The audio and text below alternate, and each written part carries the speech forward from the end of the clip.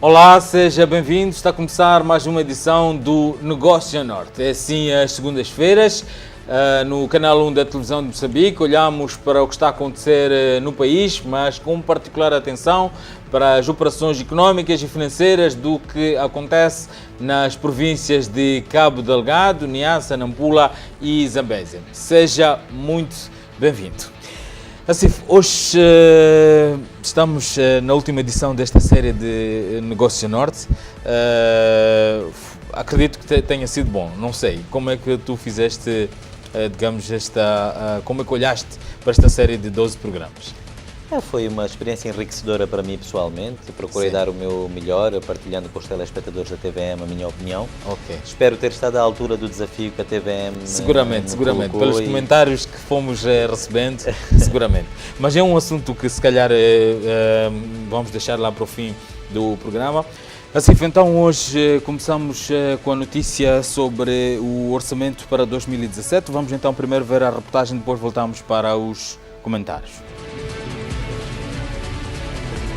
A sociedade civil é chamada a conhecer a intenção do governo moçambicano na elaboração do Plano Econômico e Social, bem como do Orçamento do Estado para 2017. A partilha da informação destes instrumentos de planificação e da governação visa munir os cidadãos de conhecimentos para uma melhor contribuição quando chegar a fase da emissão de pareceres na Assembleia da República, onde a aprovação final deverá acontecer. No evento organizado pelo Ministério da Economia e Finanças, em parceria com a Unicef, os presentes familiarizaram-se com a definição das políticas orçamentais, a mobilização de fundos e a alocação de recursos por setores para uma melhor realização da despesa pública. Este exercício é feito em conta duas premissas essenciais, a começar pela paz, muito fundamental para uma melhor fluidez produtiva, comercial e econômica. Outra premissa não dispensável é a recuperação da confiança dos parceiros internacionais para o reforço do fluxo de fundos externos muito necessários para as atividades sociais e também econômicas no país. Os indicadores macroeconômicos apontam um crescimento da economia mundial de 3,1% em 2016 para 3,4% em 2017. Internamente, o sentido de crescimento econômico é inverso, tendo descido dos 7% que marcaram os últimos 10 anos para 4,5% em 2016 e com uma atualização que agora aponta para 3,9%, numa altura em que a inflação média anual é de 15,5%. Assim sendo, os cerca de 272 mil milhões de meticais propostos para o orçamento de 2017 deverão ser usados com fortes restrições que vão afetar o investimento público, que baixará em 40%. A parte do investimento teve que sofrer um ajuste, tendo em conta alguns projetos, uns que possam ser adiados, outros que de facto possam ser, o valor foi rescalonado para outras atividades. Estamos a falar necessariamente de projetos de apoio institucional administrativo,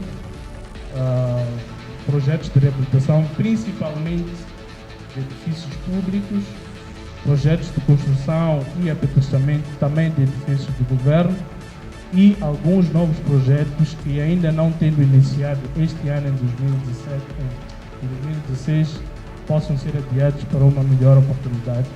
Os setores sociais, como a educação, saúde e a justiça, também se irão ressentir das restrições orçamentais, sobretudo com a não contratação do pessoal no ritmo desejado, pese embora a orientação para a capitalização da mobilidade de funcionários no aparelho do Estado.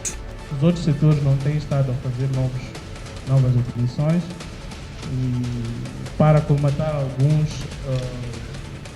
falta de quadros em determinados setores, nós facilitamos a mobilidade do pessoal, a racionalização de benefícios e regalias dos funcionários e agentes do Estado, a gestão rigorosa da dívida pública, de modo a assegurar a sustentabilidade a médio e longo prazo, um maior rigor na aplicação e utilização dos fundos públicos, que tem a ver com os aspectos de seleção de projetos de investimento, critérios de seleção de projetos de investimento, antes destes serem aprovados a nível do modo de elaboração orçamental, para de facto termos um investimento mais qualitativo.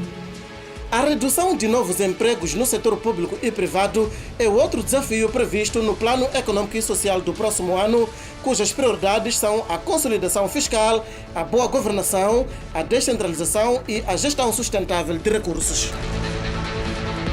Vamos começar hoje com a questão do orçamento para 2017.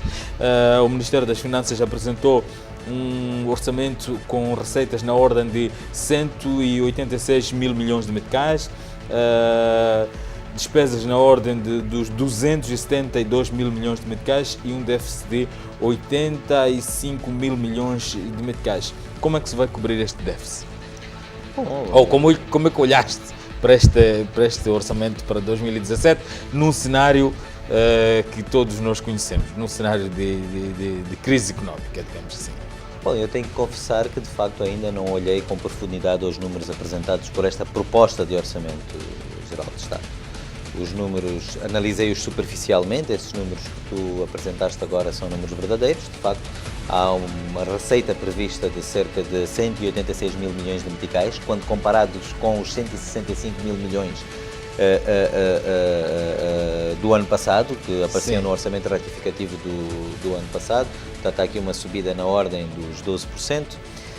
A mesma coisa acontece com a despesa, uma subida também na mesma magnitude, cerca de 12%. Isto leva a que haja um incremento no déficit orçamental, que no ano passado se situava-se, salvo erro, por volta dos 78 mil milhões de meticais e agora situar-se-á em 86 mil milhões de meticais, para ser mais preciso. Exatamente. Portanto, como vamos financiar esse déficit? Naturalmente com recurso à dívida pública, tanto interna como externa. No atual cenário, só poderia ser com recurso a crédito interno, mas estamos convencidos de que no decurso do próximo ano esta questão do fim do apoio ao Orçamento Geral do Estado já estará ultrapassado se chegarmos a acordo com o FMI. Portanto, é assim que vamos financiar o Orçamento de Estado. É verdade que é preciso dar aqui uma nota importante. As pessoas podem se questionar se era suposto termos um orçamento de austeridade, porque é que há uma ligeira subida nas despesas. Ela existe mesmo na ordem dos 12%. Portanto, quando comparamos os números de 2016 com os de 2017. A verdade é que esta subida é em termos nominais, isto é,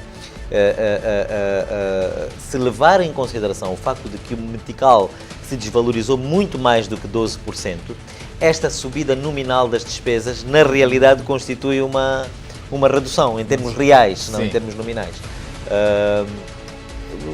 Se calhar precisaríamos de mais tempo para analisar com profundidade os números para tentar ver, em termos de política económica, qual é o impacto que este Orçamento Geral de Estado pode ter na economia. Mas há um aspecto que eu gostaria de realçar e de saudar, é o facto de o Governo estar a priori a partilhar o Orçamento Geral de Estado com a sociedade civil. Portanto, isto vem um bocado ao encontro dos apelos que temos feito aqui no programa para que determinadas discussões sejam mais alargadas, mais inclusivas. Gostava de fazer mais um apelo, fazer votos de que esta consulta que agora se verificou à sociedade civil, né, não fique por aqui, que não seja apenas uma questão de mediatismo, que seja uma consulta genuína e que seja mais alargada às províncias e que não se fique apenas em Maputo. Na tua opinião, esta consulta devia ser feita em todo o país, um pouco por todo o país, para ouvirmos uma opinião que represente os moçambicanos, de facto. Exatamente, em todo o país e em todos os círculos sociais, né? De forma que, de facto, as pessoas possam dar a sua opinião. Nós podemos concordar ou discordar, mas ouvir é sempre uma boa receita. Assim foi uma das notícias preparadas para esta edição, da conta também da dívida pública moçambicana. Vamos então só ver esta reportagem, depois recuperamos para fazer os comentários. O ministro das Finanças, Adriano Maleane, assumiu numa apresentação feita aos investidores que o perfil da dívida pública e garantida pelo Estado moçambicano não é sustentável. Na apresentação feita aos investidores, o governo moçambicano evidencia a incapacidade de pagamento das dívidas das empresas que realizaram empréstimos não declarados. A dívida pública vai atingir 130% do PIB este ano e a previsão de crescimento econômico foi revista em baixa e deverá situar-se em torno de 3,7%. A depreciação do metical exacerbou o aumento do volume de dívida e o custo de servir a dívida. O nível de dívida pública externa e garantida pelo Estado excede os 100% do PIB em 2017. O custo de serviço da dívida pública e publicamente garantida, incluindo atrasos nos pagamentos, deve chegar aos 826 milhões de dólares em média entre 2017 e 2021, ou seja, aproximadamente a 6,9% do PIB por ano. De acordo com as regras do FMI, não pode ser dada ajuda financeira a um país com débito distress, ou seja, com dívida em esforço ou problemática, e para avaliar esta dívida, o FMI recorre a 5 indicadores.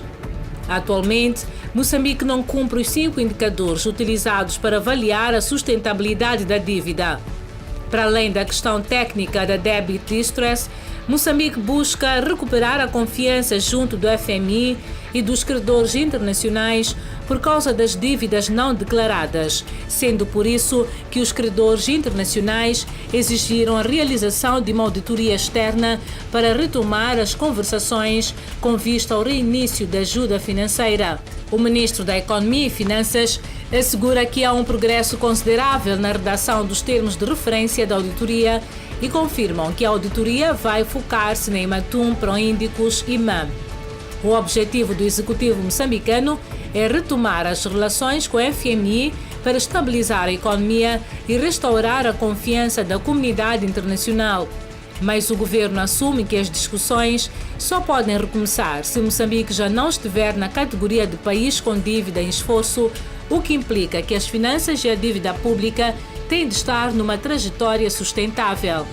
O prazo desejado por Moçambique passa pelo início das reuniões com credores já este mês, para depois, em novembro, discutir o formato da reestruturação das dívidas para chegar a um acordo em dezembro e começar os pagamentos em janeiro, a tempo de, no princípio do próximo ano, recomeçar as negociações com a FMI sobre um pacote de ajuda financeira. Assim, os comentários aqui estão, digamos, vimos aqui o ministro assumir claramente que o governo moçambicano não está em condições de honrar com os seus compromissos. A dívida pública moçambicana é, digamos, insustentável. Como é que viste esta notícia e como é que os mercados podem reagir perante um anúncio claro de que Moçambique não vai honrar com os seus compromissos e precisa de reestruturar a dívida? Muito sinceramente, eu não acho que os mercados sejam apanhados de surpresa no que diz respeito a isso. É verdade que é a primeira vez que há um reconhecimento oficial por parte de uma entidade governamental, mas eu lembro-me que o Presidente da República, na sua visita a Bruxelas, chegou a falar sobre este tema, chegou a dizer que a nossa dívida poderia ser insustentável. Portanto, não é a primeira vez que se fala sobre isto. E penso que era consensual junto dos meios académicos, junto dos analistas e economistas, que a dívida atual moçambicana não era sustentável.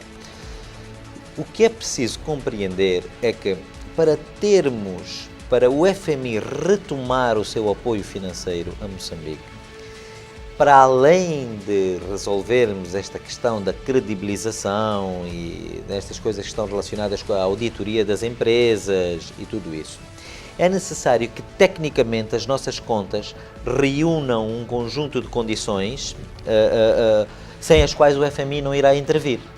E uma delas é a questão do debt distress, traduzindo diretamente significa sobreendividamento.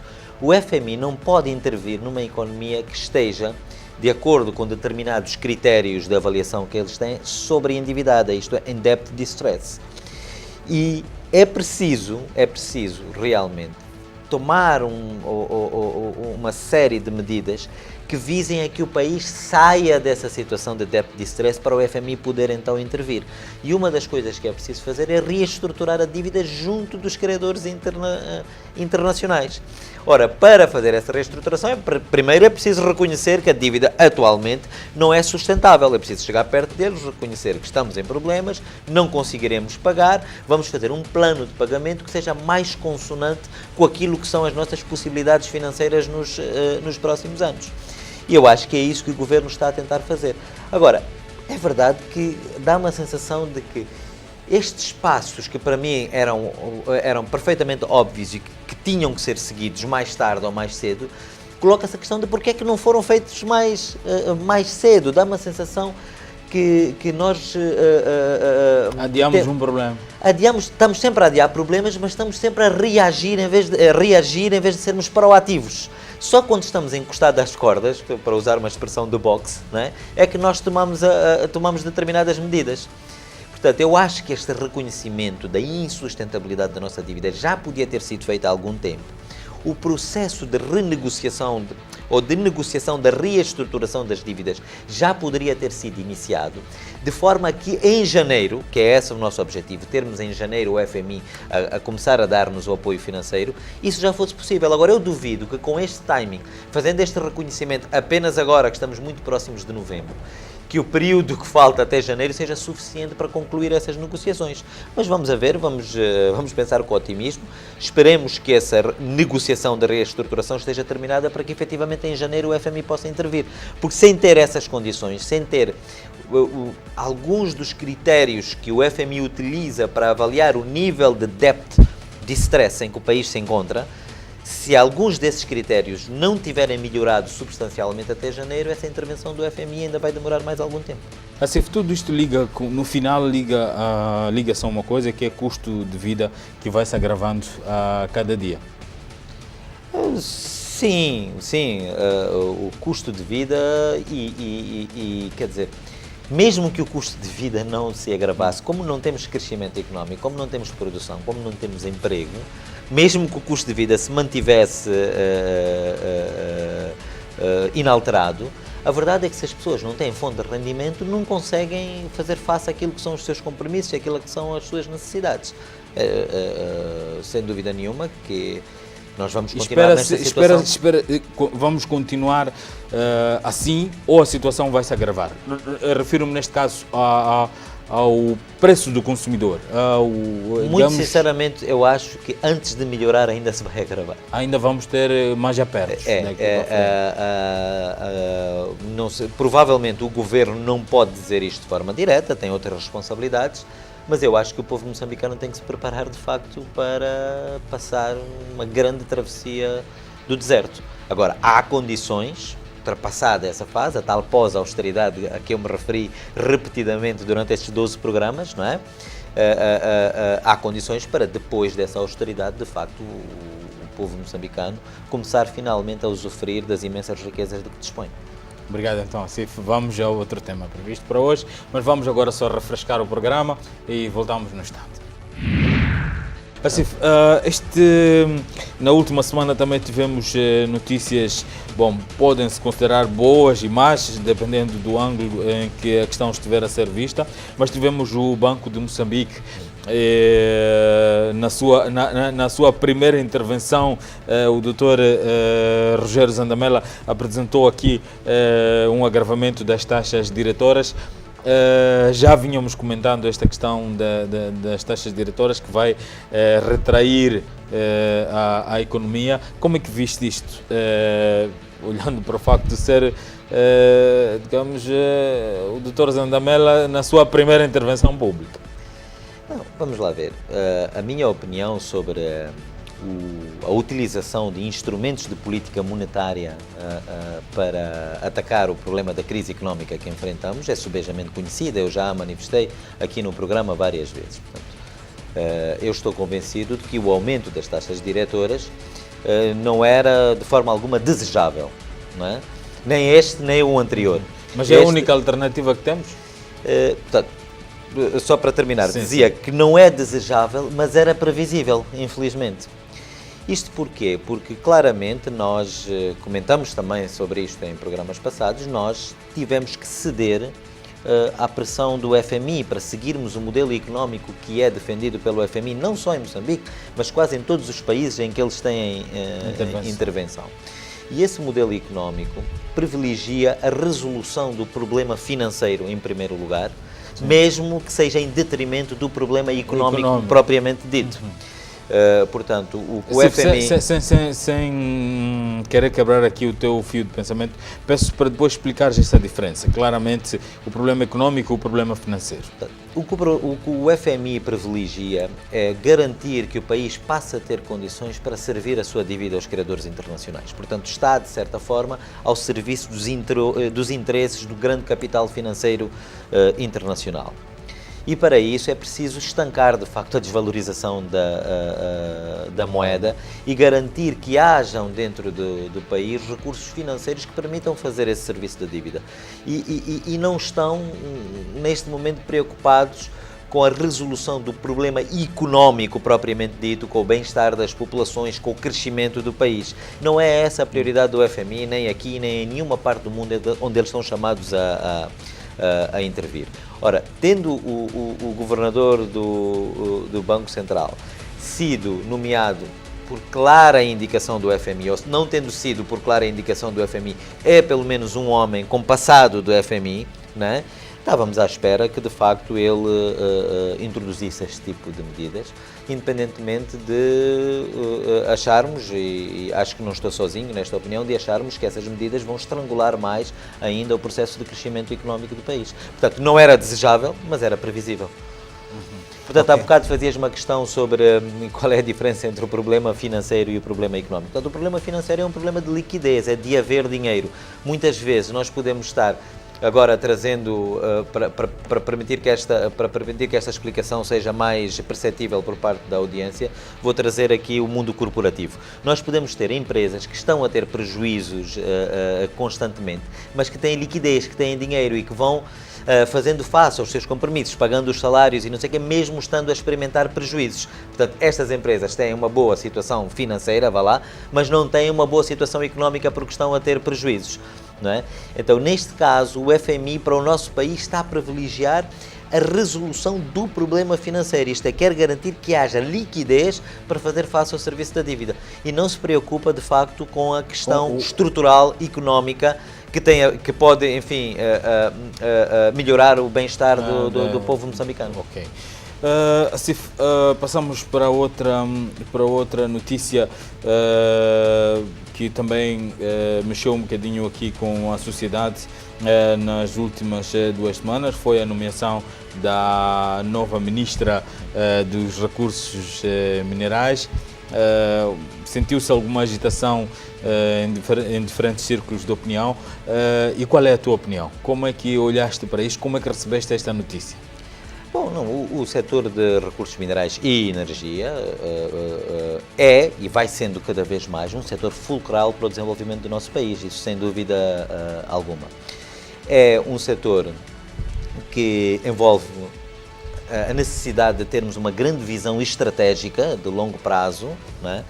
Para o desenvolvimento do país, mas que também envolve questões operacionais imediatas que têm a ver com o mapeamento, cuidado e exaustivo de todas as nossas riquezas minerais, com todo o processo de operacionalização na concessão na atribuição de concessões e de licenças de exploração.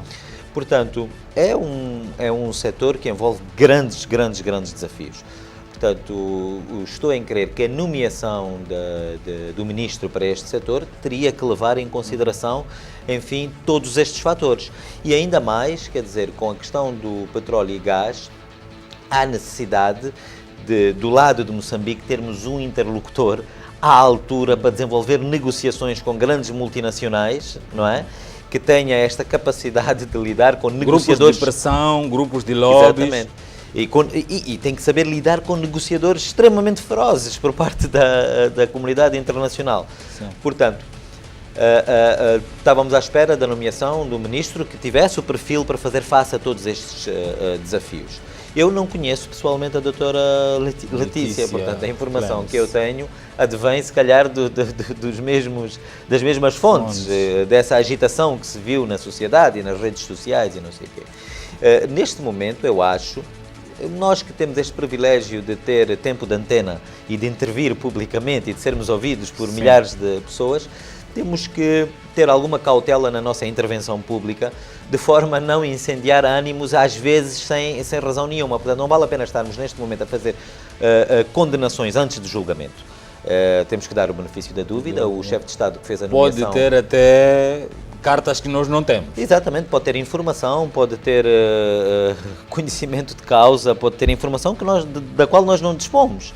Portanto, temos que dar o benefício da dúvida, esperarmos para ver, isto sem escamotear o facto de que todos nós, incluindo eu, estávamos à espera que num setor com esta importância, a nomeação, por um lado, tivesse sido mais célere, sim, e por outro, que fosse de uma figura que fosse mais consensual, com créditos mais firmados.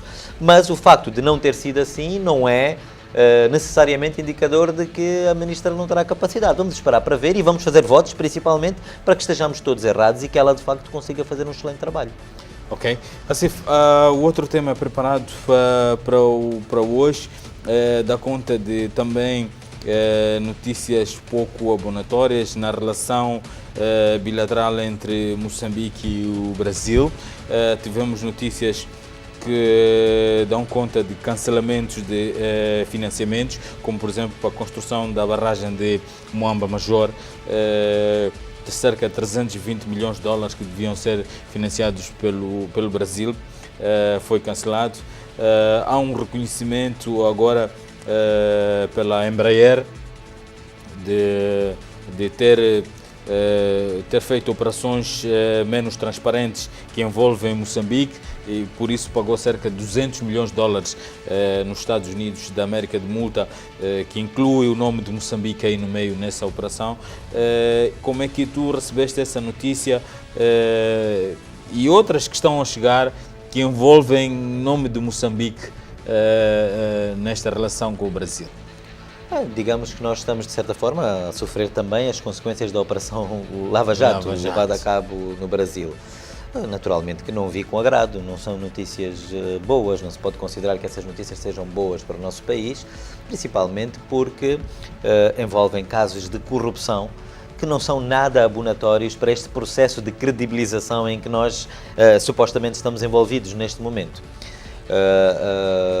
Ainda por cima, são notícias que dão conta também, como tu referiste, de cancelamento de financiamentos que estavam prometidos pelo Brasil a Moçambique. Portanto, se as nossas finanças já estão pressionadas, isto aqui é uma pressão acrescida sobre as nossas finanças. Portanto, vejo estas notícias com desagrado, com alguma preocupação, mas isto é uma característica muito própria das crises. As crises têm esta característica de se autoalimentar, funcionam como uma bola de neve. É por isso é que nós, quando vemos sinais de crise, não devemos empurrar os problemas com a barriga, devemos atacá-los imediatamente. Porque quanto mais tempo demorarmos a atacá-los, mais esta crise se autoalimenta. Isto é, vão começar a surgir notícias nada abonatórias todos os dias. Hoje é isto, amanhã vai-se descobrir que o filho do ministro fez aquilo, depois da manhã vai-se descobrir que o filho de um governador fez aquilo. Portanto, vão começar a surgir notícias de todos os tipos e de todos os feitios que vêm a acrescentar alguma pressão e tensão à nossa sociedade. Não é nada que eu não esperasse. Se calhar ainda vamos ouvir outro tipo de notícias, tanto de origem interna como de origem externa. É mais uma razão para atacarmos o problema da crise o mais depressa possível. Os dados indicam que Moçambique conta com mais de 36 milhões de terra arável para a produção agrícola. Esta área de produção ainda está longe de ser explorada. As constantes ocorrências cíclicas, secas, cheias e vendavais levaram com que o Instituto de Investigação Agrária de Moçambique priorizasse algumas variedades de culturas que se adequam às condições agroecológicas do país para suprir o déficit alimentar. O exemplo de importações que gastam milhares de divisas é o trigo. A Argentina é um dos países com larga experiência na produção deste cereal e outras culturas alimentares, e Moçambique escolheu aquele país sul-americano para a transferência de tecnologia.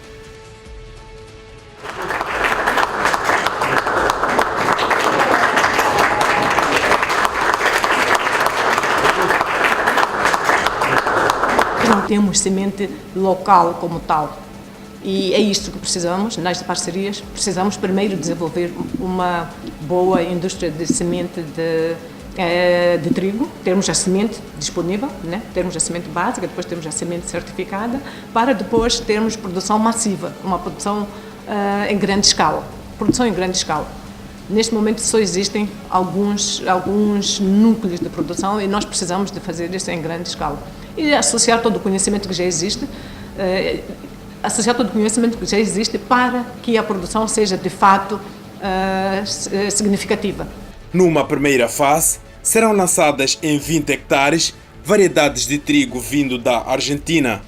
Para o presidente do Instituto Nacional de Tecnologia Agropecuária da Argentina, esta cooperação poderá trazer mais valia no aumento da produção e produtividade em Moçambique. Básicamente es un acuerdo de cooperación técnica. A partir de que en la Argentina nos hemos puesto de acuerdo varios ministerios y desde la Cancillería aparece un financiamiento para misiones técnicas de Argentina para Mozambique y de Mozambique para Argentina.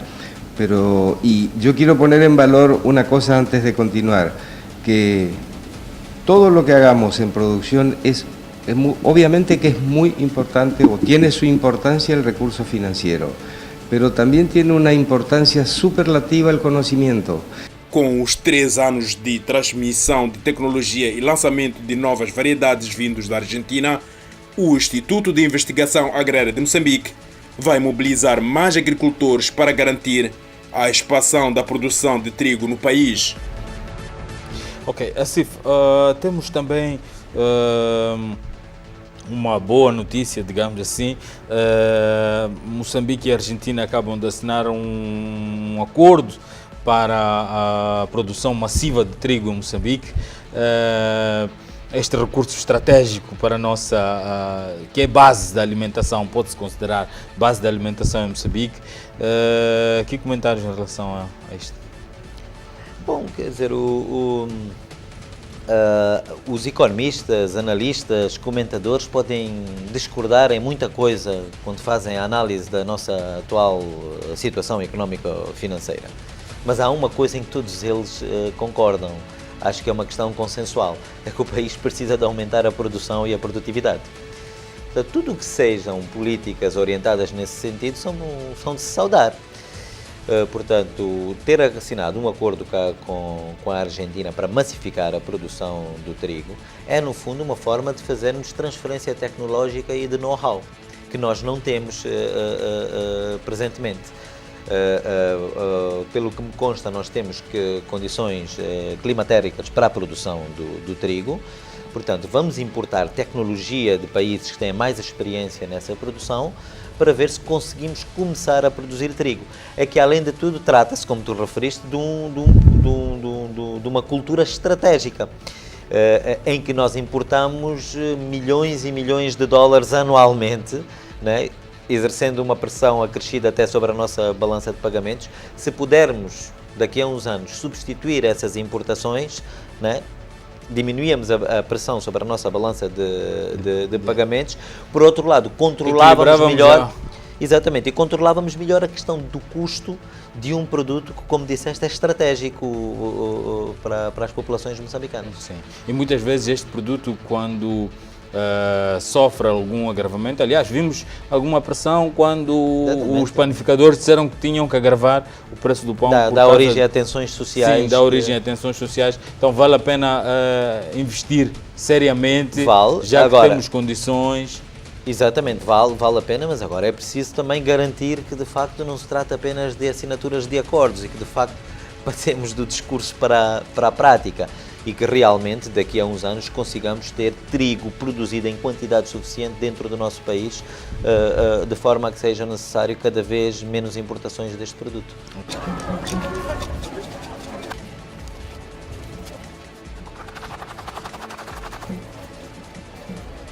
É a entrada em funcionamento da fábrica de cimentos de Cabo Delgado, o maior empreendimento econômico dos últimos anos. Significa que o país tem a partir de hoje mais 250 mil toneladas de cimento por ano, o que representa um crescimento de 6% em relação às 4 milhões de toneladas que Moçambique produz em 11 fábricas localizadas nas províncias de Maputo, Sofala, Nampula e agora Cabo Delgado.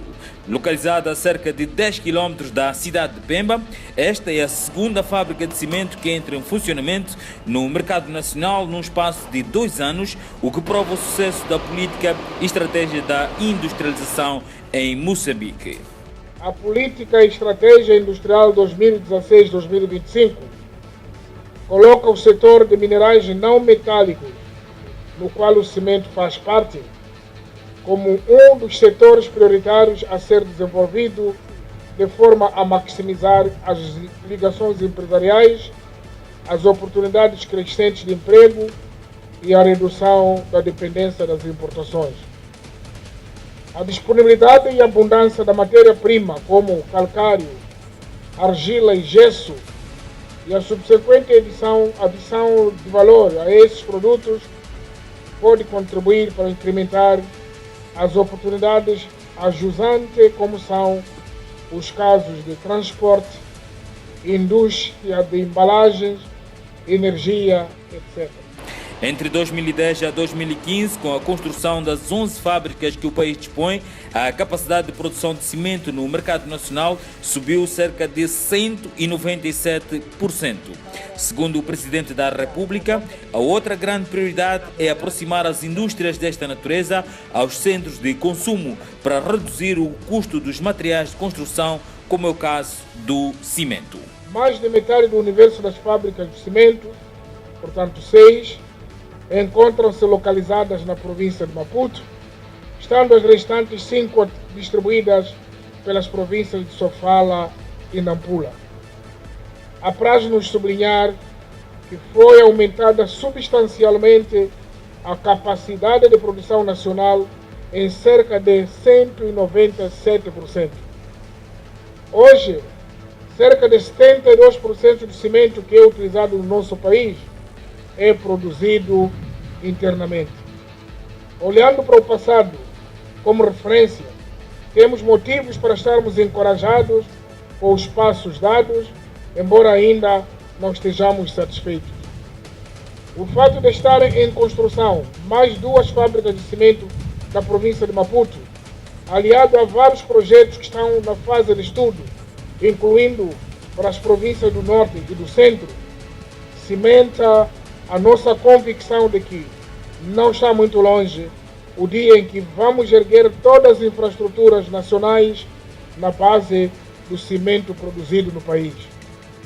É o sonho deste governo colocar mais uma fábrica de cimento na província do Niassa, onde este produto é muito caro, para impulsionar a atividade de construção naquela província.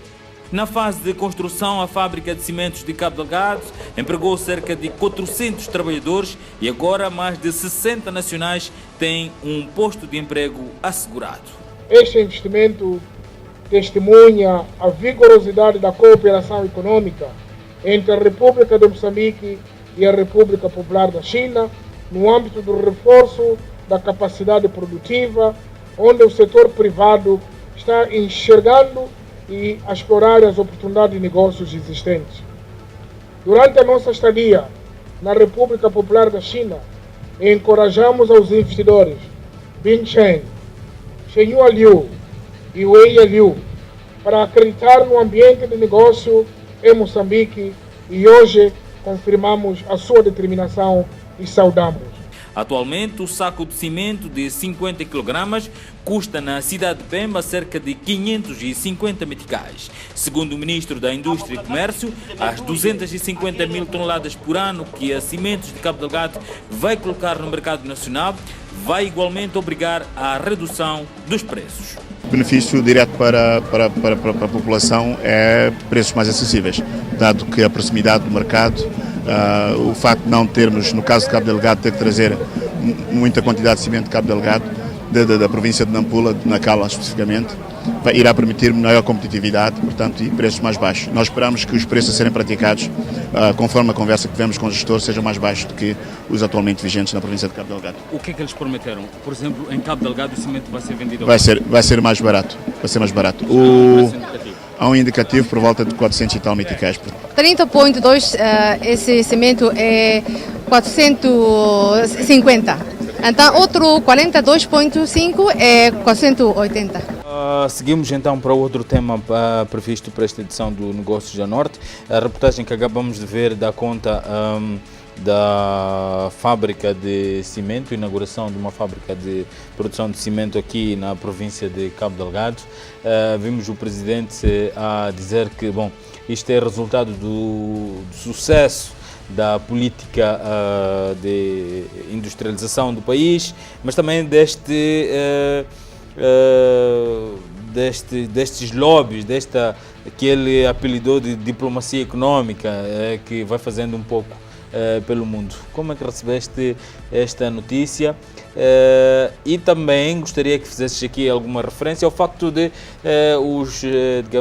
os donos da fábrica já terem dito que o preço não vai ser assim tão baixo como se esperava. Bom, em relação à inauguração da fábrica, naturalmente que a vejo com agrado. Cabo Delgado não é uma província com tradição de industrialização, com tradição industrial. Portanto, ver uma fábrica desta dimensão a abrir as portas em Cabo Delgado, em Pemba, mais concretamente, é uma boa notícia. Principalmente porque se trata de um produto estratégico no desenvolvimento do país, quer dizer, não se consegue construir nada sem termos cimento. Era importante também, eu acho que o Presidente da República, no seu discurso, no ato da inauguração, se referiu a isso, fazermos apelos para que este investimento seja maior, no sentido de incluir mais fases da cadeia de valor associada ao cimento. Portanto, o cimento é um produto que é composto em cerca de 80% de clinker e os outros 20% divididos entre gesso e calcário.